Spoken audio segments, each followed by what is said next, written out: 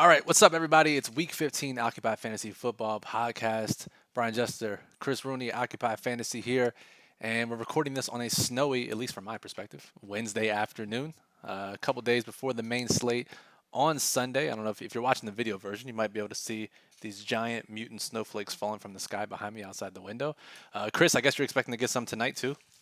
Yes, we got a little bit of snow rolling in up here in the Northeast, in Massachusetts, tonight into Thursday. Obviously, you're getting that now in the DMV area, but more importantly than all of that, if we get snowed in, it gives us more time to get ready for this very, very exciting, I would say, weekend of DFS action, Brian, because it is WFFC week, Fan Championship week, especially on FanDuel. I know a lot of people watching and listening have entries for that large contest on FanDuel this week, so we're very excited to talk about it, obviously. Yeah, absolutely. So again, the fan championship is this weekend, $250 entry fee. A lot of our OccupyFantasy.com members have been trying for tickets. We've been advising people to go for those tickets all season, and we're not going to leave you high and dry now. So I advise you check out the Tuesday night Twitch stream, twitch.tv/OccupyFantasy. Check out that replay where we talked about a little bit of strategy. We're going to talk about some strategy on the Saturday stream, and then Chris, I know you're going to get into it in the daily plug for Sunday's main slate, specific strategy if you have tickets. Before we get into this episode, Chris, I do want to shout out your boy David, who tied for the DraftKings Millionaire Maker in the showdown slate for the Ravens and the Browns. What do you take home, around 10K? Great performance by him. Yeah. My buddy Dave chopped the pot with for the Browns Ravens Monday night game. Had a pretty sick lineup. It was Kareem Hunt, captain, Galaxy Brain Hunt and Chubb together. Both had great days. 5-1 Brown stack with only Lamar at the flex. He and 108 of his new closest friends split the pot for about 11 grand. So definitely a great Christmas for him, his wife, and his two young kids. So we love to see that. Frankly, that is why a lot of us play this game. And we know that DraftKings loves to see that. People who just kind of throw a lineup in and have a very special night. Absolutely. So let's help you out there listening try to win 10K or more this weekend. So what we'll do, like we normally do in these episodes, we'll talk about Week 14 injuries and what their impacts are for this main slate, discuss how some running back backfields have been shaken up in the last week or two, take a look at the high level of the main slate, the biggest spreads and the highest totals, what that means for our lineups. And then, very importantly, we'll get to our underperforming receivers, tight ends to target, and Chris's favorite game stacks of the week. So stick around for the entire episode. So, Chris, let's talk about these Week 14 injuries. Last couple weeks have been kind of light, but we got a few this week to discuss, so we'll try to hit this quickly. 2 quarterback injuries. One seems more unlikely to play than the other, at least in my eyes. Matthew Stafford has a rib injury, and Alex Smith has a calf injury. What are your read on these two guys and what we can expect from their backups if we have to play them?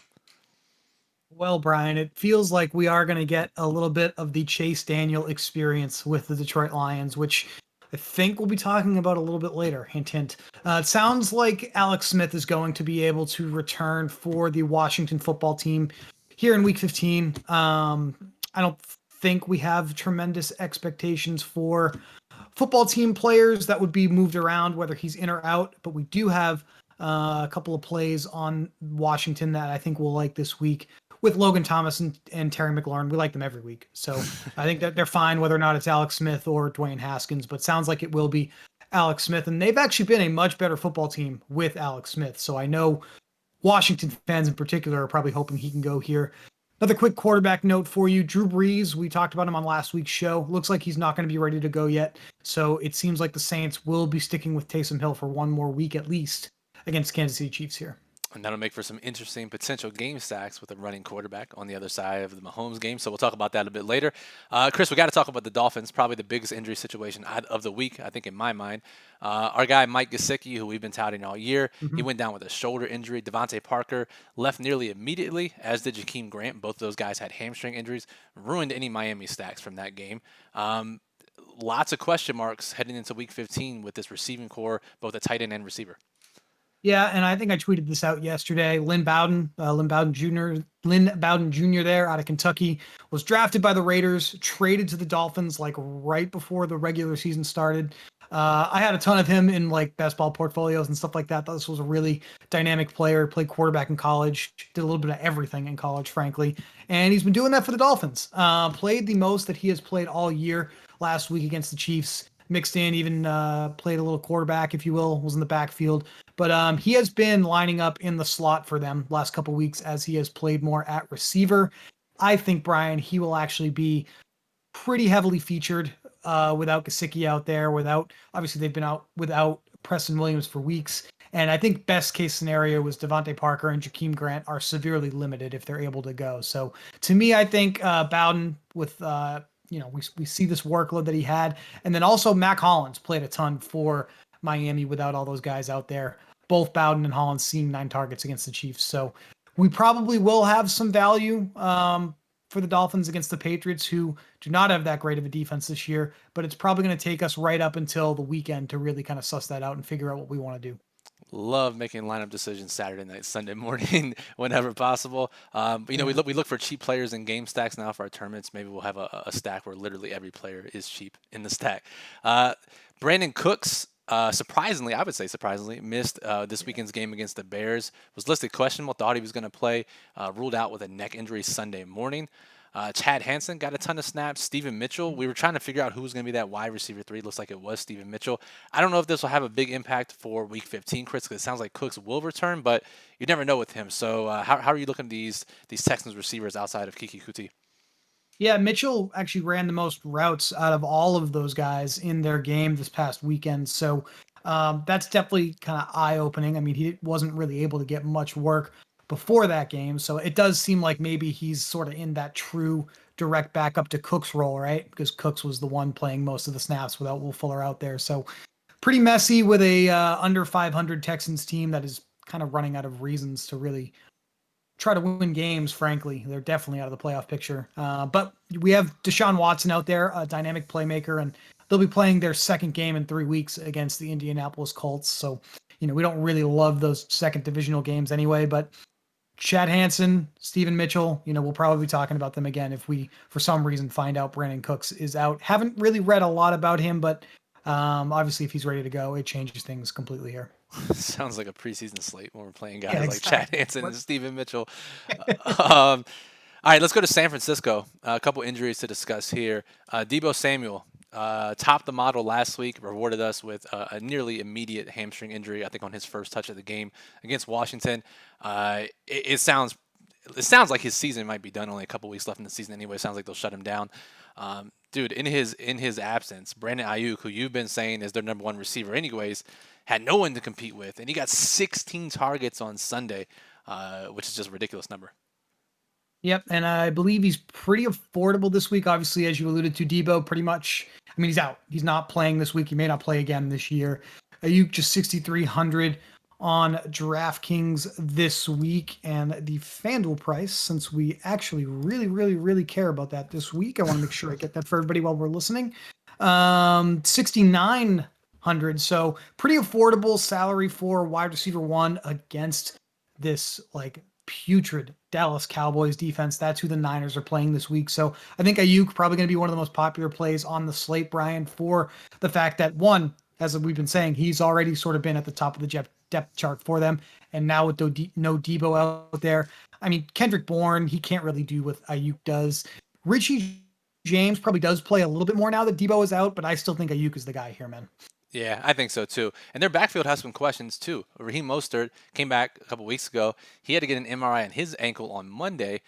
No results yet as of the time of this recording, but if he's out, I mean, basically Shanahan has already said that McKinnon is emergency use only at this point. He got his reps early in the season. He's still worn down. He's still going with that line that McKinnon's got tired legs and he's battled, and emergency use only, and that they would go with Raheem Mostert and Jeff Wilson the rest of the way.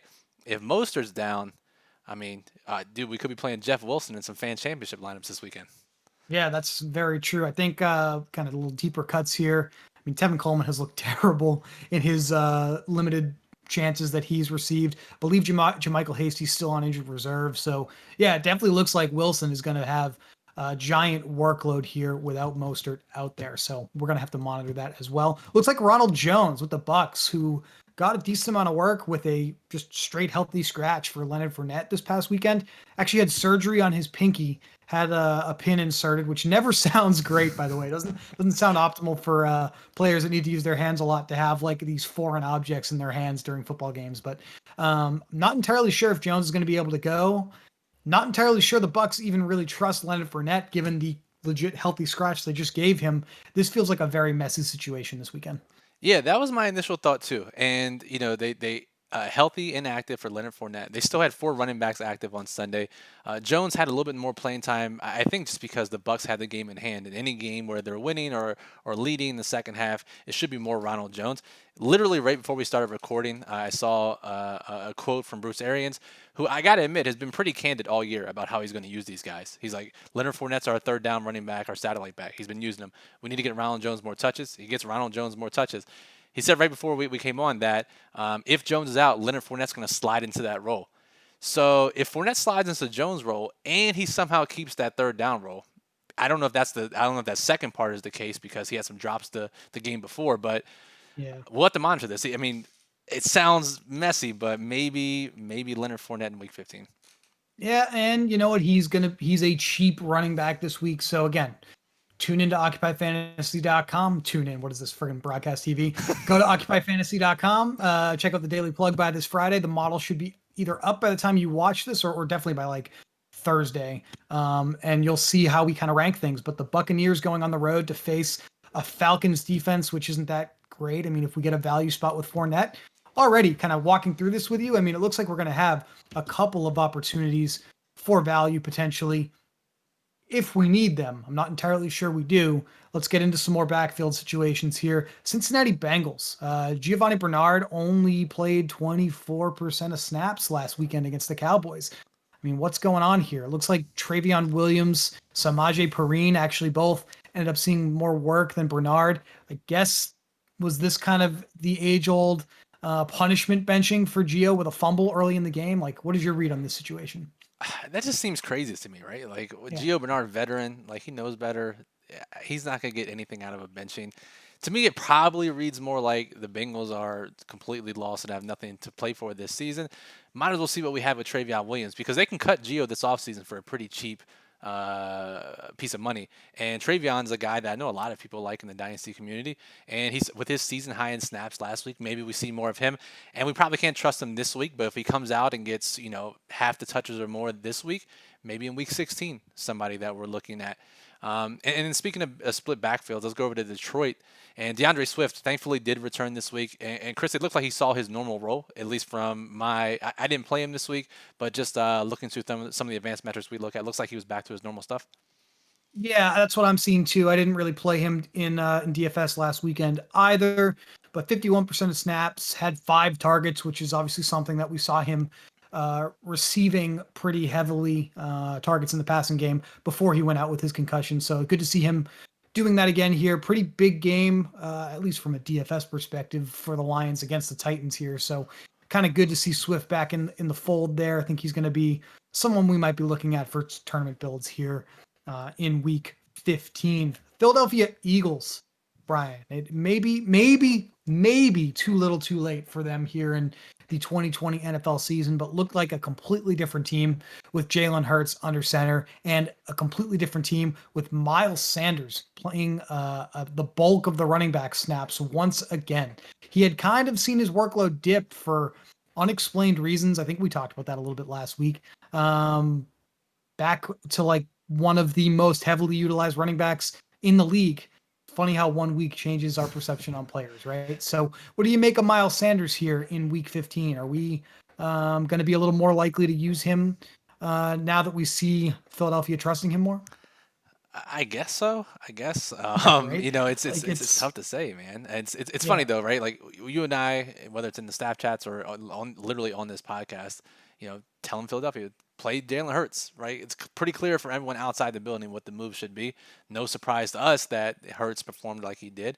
And then, like you said, literally 1 week ago today, we said Miles Sanders, uncertain workload. We don't know if we can use him because Jordan Howard's getting work, and then he goes and surprises us and gets 81% of the snaps. What we do know, he's a dynamic running back, plays in the passing game, can break off long runs. Those are great for DFS tournaments. Probably someone we should at least keep in mind, Chris, for Week 15 and beyond, just because of his tournament winning upside. So Yeah. I think that's the way to look at it, at least until we get a couple weeks, and we only have a couple weeks left anyways, but a couple weeks of certainty in his playing time. So Let's move on to the Week 15 betting market. We like to look at the games from a high level before we dive down into individual plays and players for the week. So, Chris, some really big spreads this week. Rams 17-point favorites, Ravens 14-point favorites, and then only 8-point favorites for the Titans, and 7.5-point favorites for the Colts.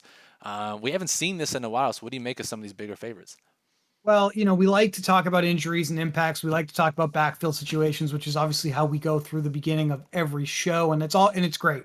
We need to make sure that we have a handle on all of these backfield situations to help us make our low and high risk lineup decisions. But these spreads with these favorites here in week 15, I think that they have made some decisions for us already. And as we mentioned on last week's show, it has been the joke in our staff chat like all season. It's Cam Akers' backfield, Brian. It is. And now that the Rams are like 3-score favorites against the soon-to-be 0-16 New York Jets, we are playing Cam Akers this week. One thing about Cam Akers that didn't necessarily come through in last week's box score. Obviously, everybody sees the rushing production, went berserk against the Patriots. He had the 4th most routes run per quarterback dropback at the running back position as well in week 14 on the entire slate. So it looks like not only is Akers the guy in the backfield, he's playing virtually every snap. He's seeing a lot of opportunity to get targets. I think in a more competitive game, which may not happen against the Jets, admittedly, he'll get more targets, which is great, especially on like the DraftKings side of things here. Akers' price hasn't necessarily caught up to how much he has been playing for Sean McVay in this offense. Maybe the contest providers, frankly, are being a little bit smarter than I am right now and realizing Sean McVay is just kind of sticks his finger in the air and decides, well, maybe it'll be Darrell Henderson today. I mean, there is still that risk here with the Rams backfield, but I think given the matchup, the opportunity here, probably have to go pretty heavily into Cam Akers in week 15. Am I kind of off with, do you kind of see that as well? I mean, I just feels like it's the layup play this week. He's not super expensive. The Jets are terrible. It just seems like this is what everybody's going to do this week. Yeah, I think so. Probably one of the highest exposure running backs all of us will have this week. And yeah, so it's kind of funny. I guess this is the new reasoning for coaches in 2020. We've never really heard this before, but literally twice in the past week we've heard he now has a full understanding and grasp of the playbook and the execution. And that was said about Cam Akers last week. Big reason why we were on him in the showdown slate against the Patriots. And Lynn Bowden actually had that said about him this week. Reason for him playing the most snaps he's played all year.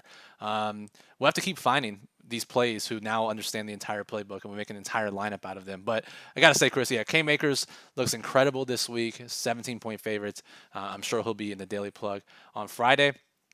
I got to ask you really quickly, not to spend too much time here, but J.K. Dobbins, Baltimore 14-point favorites, now a much easier matchup than they've had in the last couple of weeks. Dobbins, I think, is probably in a good spot too, as he's been trending up in playing time and touches in the Baltimore backfield.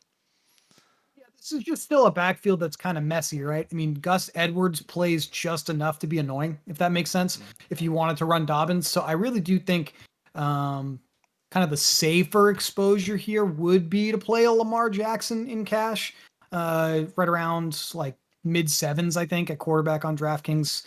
Probably a little higher than that on the FanDuel side of things. I want to make sure I get that right for people. 8,200 on FanDuel. I think that's pretty palatable on this slate with some of the value we have at running back. So I kind of lean towards just playing Jackson instead of trying to guess right with Dobbins and Edwards. Dobbins more dynamic, getting targets. Something that we can definitely tell you at this point, though, with this backfield is it's curtains for Mark Ingram. He is done. Played 1 snap in that game on Monday night against the Browns. I don't think that's vet treatment stuff. I think that they just legitimately think both Edwards and Dobbins give them a better chance to win right now than Mark Ingram. So barring injury, it feels like Mark Ingram is not somebody we're going to be talking about much the rest of the way here.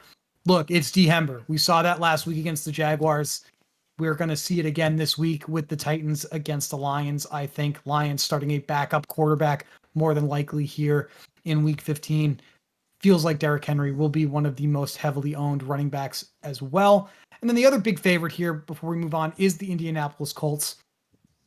I wish Jonathan Taylor was a little cheaper on this slate, Brian. He's been balling out. We have both been fans of him pretty much all year. I know we drafted him pretty highly in our kind of experts league team for Sirius XM radio there, which demanded a recount on the playoff bracket there. That was brutal. Anyway, we'll get back to that. Taylor making some big plays last few weeks, seeing a ton of touches, like traditional RB touches in the backfield, but Nyheim Hines is still getting a lot of work in the passing game from the Colts, from Phillip Rivers. And the pricing between these two guys the gap is pretty wide. We've got Taylor at 7,200 DraftKings, 7,400 FanDuel this week. We have Nyheim Hines, 5,400 DraftKings, 6,200 FanDuel. I could see building some lineups where if you feel like the Texans are going to kind of show up, divisional game, make this competitive, maybe even play from ahead, probably play a little bit of Hines this week, right? I mean, but it's just not good to really feel comfortable with either of these guys in low risk, which probably makes them better high risk plays here. Yeah, and I got to think, though, after Taylor's big performance last week, after running backs have continued to slash the Texans. I mean, we look at David Montgomery busting off an 80-yard touchdown run right off the bat against the Texans. I have to think, and again, we don't have ownership projections just yet for this week. Got to imagine JT ends up being pretty highly owned along with some of these other guys that we've mentioned. One final note before we move to the highest totals. Just another note to add to the file of high ankle sprains are literally the worst for running backs, the worst injury you can have and try to play through. Mark Ingram had one a couple weeks ago. He's played like 5 snaps since. Christian McCaffrey had it. Josh Jacobs is dealing with one now. We saw Alvin Kamara last year. I mean, the list goes on and on and on. If you're a running back, it's a high ankle sprain. In DFS, we probably shouldn't play them until we're clear that they're 100%, and that's probably not until the next calendar year. So just something to keep in mind. We continue to see this every single year. So Josh Jacobs, again, you're playing on the Thursday showdown slate, probably someone. Probably you could fade. Yeah. So highest totals, Chris. Let's hear them. Before we move on from running backs, I don't believe we touched on this yet. Clyde Edwards-Helaire, just really quickly before we move on here. 74% of snaps for the Chiefs, 16 carries, 6 targets. 1 week after just being straight up inactive. He was active but didn't play. Feels like CEH has sort of slid back into the role that he had at the beginning of the season for the Chiefs. Not super expensive here against the Saints. I think he's someone we're going to be looking at as well. Highest totals feature one of those, the game CEH is in. The Chiefs and the Saints, 51 points. Also have the Colts and the Texans, 51 points. So just spend a little bit of time talking about Jonathan Taylor, Nyheim Hines. Probably we'll be looking at that a little closer. And we have the Tampa Bay Buccaneers and the Atlanta Falcons at 50.5 points. A lot of games in that like 48 to 49 point range as well. And then this slate in general, just to talk big picture, it's only an 11-game slate. I say only. We're down a little bit, obviously, because we actually have Thursday Night Football this week. Hasn't been a guarantee this year. And we have a Saturday slate that features some important teams that won't be accessible to us in the main slate, being the Packers and the Bills. So feels like we're going to have a lot less options this week than we did just a week ago, which might make it easier to make some decisions here. Yeah, definitely. And then the first thing you'll notice is the two highest total games, or two of the highest total games, are divisional rematches. And I know Aaron Rodgers got there last week, but we see time and time again that divisional rematches are generally worse for the passing games. And even though Baltimore and Cleveland scored about 5 billion points on Thursday night, or Monday night, I guess it was Monday night, most of the damage was through the ground game. So obviously it's a 1-game sample, but I have a feeling we're going to look towards a little lower totals for some of our game stacks. Again, this is anecdotal, but we see this every year, end of the year. My 2 live final teams last year were stacks of Jacksonville and Oakland and Carolina and Seattle this late in the season. Both games went off, and these are games we're looking to target, these intra-divisional matchups. Is that right, Chris? Intra-divisional? Is that when 2 teams play in different divisions? I think inter would be different. Intra would be the same. I don't know why we're on this tangent right now. Outside the division matchups is what you want to target. So let's talk about them, Chris. We talked about some of these games. I think this is a natural transition to the game stack section. So Kansas City, New Orleans, obviously is eye-opening. I think that's one of the games we want to target. Any other games that you're looking at that we can get some action down with our fan championship tickets? Yeah, and as we kind of sit here and talk about being leery of divisional matchups, I actually like the Bears and the Vikings this week. I don't think it's a game that a lot of people are going to be drawn to, but we have spent all season on this podcast talking about how the opportunity for the Minnesota Vikings is very predictable. It's pretty much going to be a heavy dose of Dalvin Cook, Justin Jefferson, Adam Thielen, and Irv Smith now at tight end. So very predictable on one side of the ball. On the other side, we have some cheap pieces with Darnell Mooney, who has kind of flashed on and off our underperforming wide receiver list all year, got in the end zone last week, still pretty affordable on this slate. And I know he did not score last week and the other tight end did, but Cole Kmet with the Chicago Bears has been playing a lot more than Jimmy Graham has actually seen second most targets on the team last 3 weeks. Pretty good matchup for him here against the Vikings, just in terms of usage and stuff like that. So definitely think that there is some stacking opportunity there. I like this Detroit Lions and Tennessee Titans game. Talked about Derrick Henry earlier. Marvin Jones, our top underperforming wide receiver this week, probably going to be a little bit of a different type of game plan with Chase Daniel out there. Daniel is a quarterback that hasn't he's been a career backup for a reason, right? He does not air the ball out the same way that Matthew Stafford does. Marvin Jones has been their primary deep ball receiver here. So I think we got to think about that a little bit before we firmly lock this in here, Brian. But being able to get Derrick Henry into our lineups, being able to get obviously AJ Brown, Corey Davis with Ryan Tannehill on one side, and then having Marvin Jones and actually TJ Hawkinson, who's another tight end I planned to talk about in our tight end section here. Seeing the second most targets on the Lions, probably actually has the best tight end matchup this week against the Tennessee Titans. A lot of stackable pieces there. And then it's pretty easy, I think, in this day and age in the NFL to stack up games where we have quarterbacks that we feel like also have rushing upside. We've got one game this week where I think we can actually say that about both teams, and that is the Eagles and the Cardinals. Kyler Murray. Wait, stack the Cardinals? I'm in. Say it's not a hard sell to get you to stack the Cardinals, right? Kyler actually running a lot more last week for the Cardinals. Looks like maybe he's getting a little healthier. Had a shoulder injury that hampered him for a couple weeks. Don't believe he was actually on the injury report at all this past week, Brian. So we'll monitor that again here. We might have the Jalen Hurts, Kyler Murray show.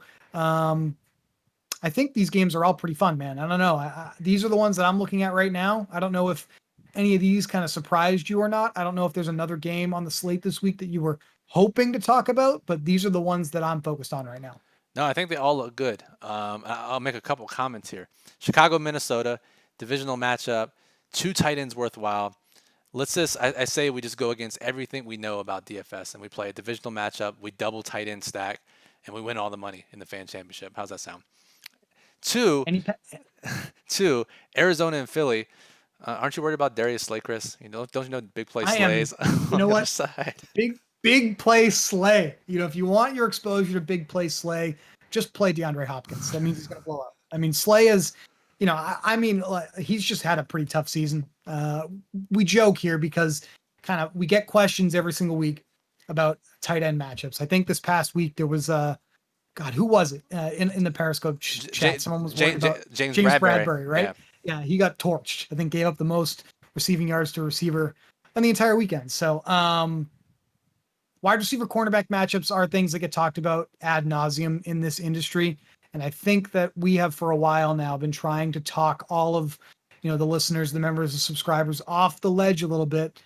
Does not matter as much as you think it does. Offenses are going to go out and they're going to try to do what they do best, regardless of what the opponent presents to them, regardless of which cornerback is on which receiver, like sticking with the Cardinals here. If they want to feature DeAndre Hopkins, they're just going to feature DeAndre Hopkins. No one on this earth is going to stop them from featuring DeAndre Hopkins. So yeah, exactly. So no, we're not going to be worried about wide receiver cornerback matchups here at all. Show has gone a little bit all over the place here. I think just to recap game stacks, we're on Chiefs Saints. We're on Bears, Vikings, Lions, Titans, and Eagles, Cardinals. I'll try to knock that down to just 3 games by the time the Daily Plug publishes on Friday. Make sure you head on over to occupyfantasy.com for the final ruling on that.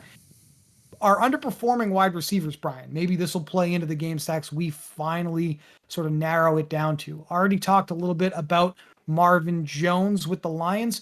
Who else do you have for me this week? Oh man, we got some good ones. And speaking of underperforming wide receivers, I mean, this is a situation where we're not even looking at cornerback matchups. We're not really looking at game environment.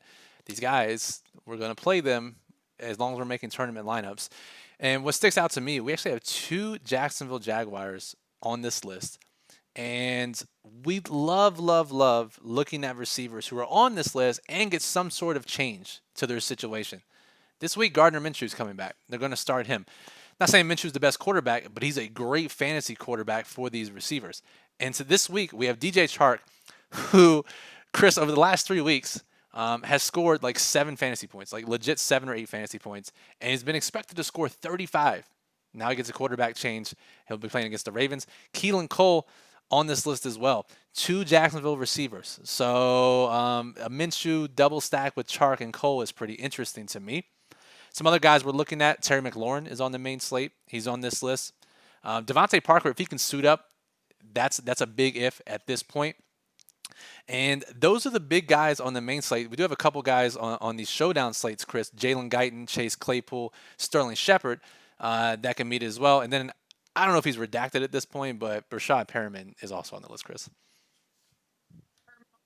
Denzel Mims looks like he may be returning for the Jets here in week 15. And I think after several weeks of just like grinding my teeth and like tilting my face off doing it, I think I'm redacting New York Jets receivers from my lineups for the rest of the 2020 season here. So they're underperforming.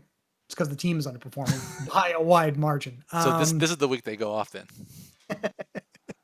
Yeah, look, I mean, we may not need to use these Jets receivers because, as we've talked about throughout the show, there's a lot of value, I think, that has opened up. But we do like to use these guys. We do like to use these guys, especially in large field tournament situations. It is fan championship week. This list was very, very, very good to you just a year ago at this time. Probably makes sense for us to focus on the things that got us to this point, the strategies that we have that have been successful, and just to leverage the information that we've pulled together here and do the best we can to try to win using it, right? So to your point, it doesn't necessarily jump out to me right now as one of the better game stacks, but we have 2 underperforming Jaguar receivers. They're playing a high-powered offense in the Ravens. Maybe that's kind of something we look at in tournament lineups this week. Yeah, and whether Speaking it's of that, just real quick, whether it's one side or the other, whether you just like Lamar and Andrews, and I think we'll talk about here in a second, and running it back with just one Jaguar, that's an option too. But it looks like Andrews, who was on the COVID list and came back this past week, right back to his normal role, and was playing at least. Yeah, he ran every route last week. Is that right? On Lamar's or Lamar and Trace Orley's dropbacks? Yeah. On Baltimore quarterback dropbacks, Mark Andrews ran a route basically the entire game. To be honest with you, it was kind of looking like for the entire game, it was a wind sprint kind of conditioning game for Mark Andrews. And then he got like 3 or 4 targets on that last game-winning drive for the Ravens. I'm sure that swung a lot of fantasy playoff matchups in season-long world. I'm sure a lot of people on the wrong side of that were unhappy. But the good news for us is that Andrews' DFS price still fairly reasonable, just $5,500 on DraftKings, $6,800 on FanDuel this week. We also have, surprise, surprise, Logan Thomas with the Washington football team. 4,000 DraftKings, 5,600 on FanDuel. 7 targets this past week. Look, his target volume has actually kind of erupted, so to speak, with Alex Smith under center. So if Smith is able to go, I do think Logan Thomas has the same number of targets as underperforming Terry McLaurin over the last 3 weeks with Smith under center. So pretty much those 2 guys in the passing game for them. So Thomas is very usable rather for Washington. We've got Dallas Goedert, Brian, with the Philadelphia Eagles, just 3,900 on DraftKings, 5,900 on FanDuel. Game stack. 6 targets, yeah, with the game stack with the Cardinals. Already talked about TJ Hawkinson and Cole Kmet. Just give you their prices. Hawkinson, 5,200 DraftKings, 6,200 on FanDuel, and Kmet, 3,000 on DraftKings, 5,100 on FanDuel. So I really, really like him just because I think it opens things up and allows you to do a wider sort of different things with your lineups. Play some of the better players at running back, quarterback, wide receiver. There's one player at tight end that people will want to play, he's a good play, obviously, but he'll limit what you can do with the rest of your lineup. And this is the part of the show, Brian, where we talk about Travis Kelce. Travis Kelce is clearly the best tight end in the NFL right now. His price is $8,000 on DraftKings, $8,500 on FanDuel. Like, when you build a lineup with him in it, whether it's just like a Kelce one-off or like a Chiefs stack with Mahomes, Kelce, and God forbid Hill, or even like CEH or like a Sammy Watkins, like you are kind of forcing yourself to build your lineup one specific way. And I think you'll land on some players that people will be able to figure out that you're on, right? If you want to play Travis Kelce. So like, I don't really know what I make of this just yet. He's obviously a top play. He'll be featured in the Daily Plug because he's Travis freaking Kelce. But I just feel like he's a very limiting player this week at that salary. Right? Yeah, man. It's tough. 8K and 8,500 respectively. I mean, these are prime Gronk prices when he was tearing up the league a few years ago. Mm-hmm. And yeah, it really does limit your lineups, especially your game stacks. We're trying to find cheap pieces, and this is literally the opposite. So again, this is something we'll sort out here over the next couple of days and try to figure out how we can fit Kelce into the lineup. And again, who knows? Especially in the COVID era, things can change quickly. Maybe it becomes very easy to fit Travis Kelce into our lineups. That's why you want to check back on Friday for the Daily Plug, OccupyFantasy.com, where Chris highlights the top plays at each position, talks about lineup strategies for both low risk and high risk contests to target, and then this week especially, we'll have a very specific section on how to use your WFFC Fan Championship tickets on FanDuel that hopefully you've been accumulating all season to give you the best chance at a high ROI. Hell, maybe even take down the million. So for Chris, I'm Brian. We appreciate everyone listening to this Week 15 episode of the Occupy Fantasy Football Podcast. Be sure to subscribe, whether you listen in your favorite podcast app or you're watching this video here on YouTube. We appreciate it. So good luck, everybody, this week. A lot of big contests. Let's hope one of you take it down.